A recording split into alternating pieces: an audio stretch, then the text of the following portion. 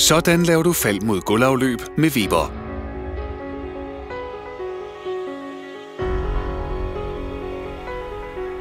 Inden gulvafjævningen lægges på, skal overfladen primes. Primer anvendes for at forbedre vedhæftningen til det underliggende lag. Primeren blandes med vand ifølge instrukserne på dunken. Der er forskellige blandinger til forskellige underlag. Fordel primeren med en fin børste i et jævnt heldækkende lag.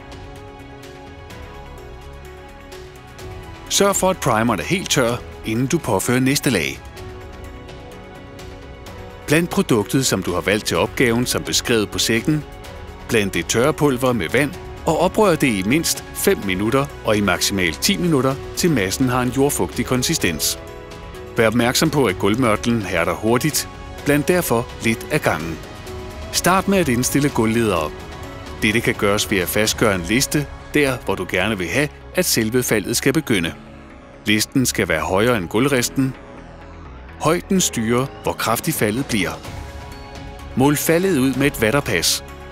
For at få listerne i vatter, kan du bygge op med en klods på gulvresten, indtil listen er i vatter.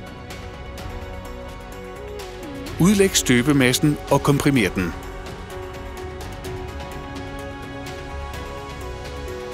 Med et rethold stokker du ud fra lederne til gulvresten.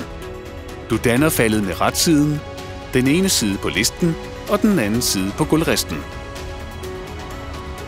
Fjern de indstillede leder og fyld gulvmørtel i. Afslut med at pudse overfladen sammen for at glatte den. Glat også omkring gulvresten. Det er let med Weber.